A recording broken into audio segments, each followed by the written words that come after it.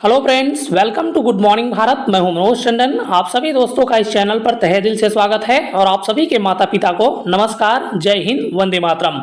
Friends, लेकर के आ गए हैं भारतीय इतिहास से संबंधित, जैन धर्म, बौद्ध धर्म से रिलेटेड मोस्ट इंपॉर्टेंट 35 प्रश्न। सभी प्रश्न काफी ज्यादा इंपॉर्टेंट है फ्रेंड्स, तो क्या करना है, कॉपी पेन लेकर के बैठ जाना है। एकदम फटाफट तरीके से क्या है, हमारा क्वेश्चन आगे बढ़ने वाला है। पहला प्रश्न लेते हैं फ्रेंड्स। पहला प्रश्न है, सबसे प्राचीन एवं प्रमाणित पुराणों में से है।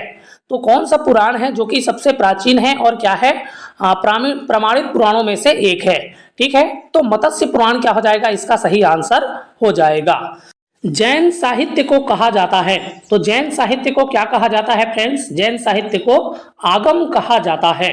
अगला प्रश्न है, अर्थशास्त्र के लेखक है। अर्थशास्त्र के लेखक कौन है फ्रेंड्स, चाणक्य है। चाणक्य को हम लोग विष्णुगुप्त या कौटिल्य भी कहते हैं। राजतरंगिणी किसके द्वारा रचित पुस्तक है, तो राजतरंगिणी किसके द्वारा रचित पुस्तक है फ्रेंड्स, कल्हड़ के द्वारा रचित पुस्तक है राजतरंगिणी, याद रखना है आपको। चचनामा के लेखक हैं, चचनामा के लेखक कौन है फ्रेंड्स, तो अली अहमद क्या है, चचनामा के लेखक हैं। अष्ट अध्यायी के लेखक हैं, अष्ट अध्यायी के लेखक कौन है फ्रेंड्स, पाणिनि है अष्ट अध्यायी का लेखक। ठीक है, जैन धर्म का प्रारंभिक इतिहास प्राप्त होता है। जैन धर्म का प्रारंभिक इतिहास कहां से प्राप्त होता है फ्रेंड्स, तो कल्प सूत्र से प्राप्त होता है। यह आपको क्या करना है, याद रखना है। अगला प्रश्न लेते हैं। अगला प्रश्न है, सबसे प्राचीन वेद है। सबसे प्राचीन वेद कौन सा है फ्रेंड्स, तो ऋग्वेद सबसे प्राचीन वेद है।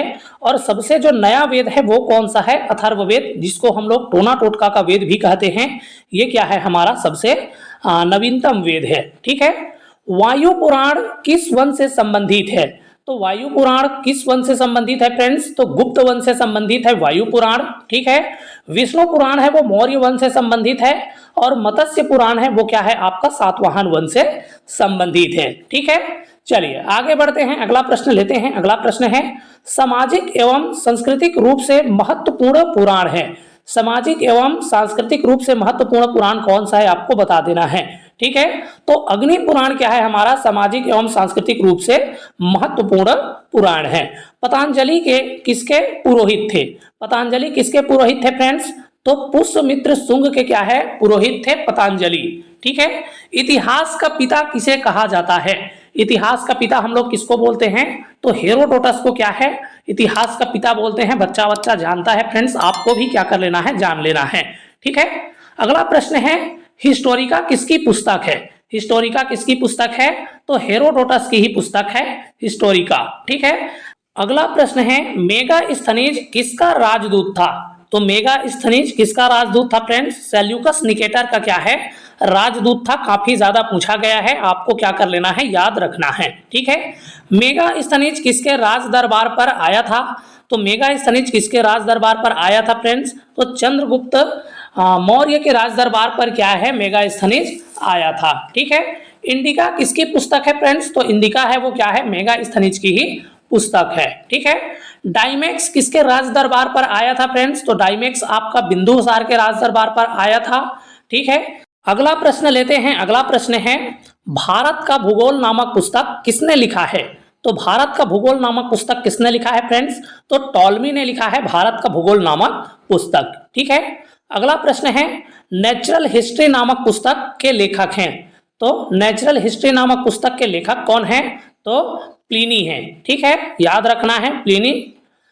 चीनी यात्री फाहयान किसके राज दरबार में आया था, तो चीनी यात्री फाहयान किसके राज दरबार पर आया था फ्रेंड्स, तो चंद्रगुप्त द्वितीय के राज दरबार पर आया था। ठीक है, एक क्वेश्चन है फ्रेंड जो काफी ज्यादा आपको कंफ्यूज करता है, चीनी यात्री किसके राज दरबार पर आया था, फाहयान किसके राज दरबार पर आया था, तो चंद्रगुप्त द्वितीय के राज दरबार पर आया था।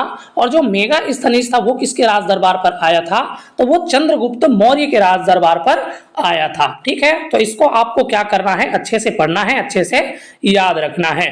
अगला प्रश्न लेते हैं। अगला प्रश्न है, वेनसोंग किसके शासन काल में भारत आया था, तो वेनसोंग क्या है, आपका हर्षवर्धन के शासन काल में भारत आया था फ्रेंड्स। सभी क्वेश्चन काफी ज्यादा इंपॉर्टेंट है फ्रेंड्स, तो वीडियो को क्या कर देना है, आपको लाइक कर देना है और क्या है अपने दोस्तों तक क्या कर देना है, वीडियो को शेयर कर देना है। ठीक है, अगला प्रश्न लेते हैं। अगला प्रश्न है अल-बरूनी किसके साथ भारत आया था? तो अल-बरूनी किसके साथ भारत आया था फ्रेंड्स? तो महमूद गजनवी के साथ क्या है अल-बरूनी भारत आया था। ठीक है, किताब उल हिंद किसकी पुस्तक है फ्रेंड्स? तो किताब उल हिंद किसकी पुस्तक है? तो अल-बरूनी की ही पुस्तक है किताब उल हिंद। ठीक है, रेहला नामक पुस्तक के लेखक कौन है? तो रेहला नामक पुस्तक के लेखक कौन है फ्रेंड्स? ये काफी ज्यादा इंपॉर्टेंट प्रश्न है, इसको आपको क्या है स्टार मार्क कर लेना है। ठीक है, तो इब्न बतूता का पुस्तक है रेहला। ठीक है, काफी ज्यादा इसको पूछा गया है, तो इसको क्या कर लेना है, याद रखना है आपको। ठीक है, स्टार मार्क करके आपको रख लेना है। ठीक है, अगला प्रश्न पढ़ते हैं। अगला प्रश्न है मोहम्मद बिन तुगलक ने किसे दिल्ली का काजी नियुक्त किया था? तो मोहम्मद बिन तुगलक ने किसे दिल्ली का काजी नियुक्त किया था फ्रेंड्स? तो इब्न बतूता को क्या है दिल्ली का काजी नियुक्त किया था। ठीक है, मार्को पोलो किस शताब्दी में भारत आया था फ्रेंड्स? तो मार्को पोलो आपका 13वीं शताब्दी में क्या है भारत आया था। ठीक है, भारतीय पुरातत्व शास्त्र का पितामह किसे कहा जाता है फ्रेंड्स? तो भारतीय पुरातत्व शास्त्र का पितामह किसको बोलते हैं हम लोग? कनिंघम को बोलते हैं। ठीक है, इसको सर अलेक्जेंडर कनिंघम भी कहते हैं। ठीक है, चलिए अगला प्रश्न लेते हैं। अगला प्रश्न है सर्वप्रथम भारतवर्ष का जिक्र किस अभिलेख से मिलता है? तो सर्वप्रथम भारतवर्ष का जिक्र किस अभिलेख से मिलता है फ्रेंड्स? तो हाथी गुफा अभिलेख से क्या है भारतवर्ष का सबसे पहली बार अभी क्या है जिक्र मिलता है। सती प्रथा का पहला लिखित साक्ष्य किस अभिलेख से प्राप्त होता है फ्रेंड्स? तो सती प्रथा का जो पहला लिखित साक्ष्य है वो आपका एरन अभिलेख से क्या है प्राप्त हुआ है। इसको भी आपका काफी ज्यादा पूछा जाता है, तो आपको क्या कर लेना है, इसको भी आपको स्टार मार्क करके रख लेना है। ठीक है, क्या है प्राचीनतम सिक्कों को कहा जाता है?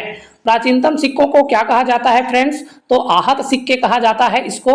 ये आपके लिए क्या है नया क्वेश्चन हो सकता है फ्रेंड्स, तो इसको भी आपको क्या कर लेना है, याद रख लेना है। हो सकता है कि पूछ दे कि प्राचीनतम सिक्कों को क्या कहा जाता है, तो आहत कहते हैं। ठीक है, चलिए आगे बढ़ते हैं, अगला प्रश्न लेते हैं। अगला प्रश्न है अभिलेखों का अध्ययन क्या कहलाता है?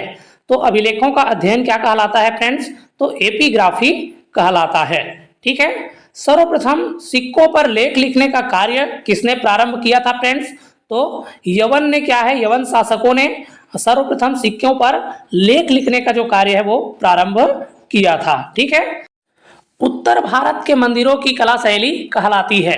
तो उत्तर भारत की जो मंदिरों की कला शैली है फ्रेंड्स वो क्या कहलाती है? तो वो नागर शैली कहलाती है। अगर आपको दक्षिण भारत का पूछ ले तो दक्षिण भारत का जो मंदिरों की कला शैली है उसको हम लोग द्रविड़ शैली बोलते हैं। ठीक है, चलिए अगला प्रश्न लेते हैं। अगला प्रश्न है दक्षिणापथ के मंदिरों के निर्माण में किस शैली का प्रभाव पड़ा है? ठीक है, तो किस शैली का प्रभाव पड़ा है फ्रेंड्स? तो नागर शैली व द्रविड़ शैली दोनों का प्रभाव पड़ा है। इसको हम लोग वेसर शैली कहते हैं। ठीक है, क्या बोलते हैं?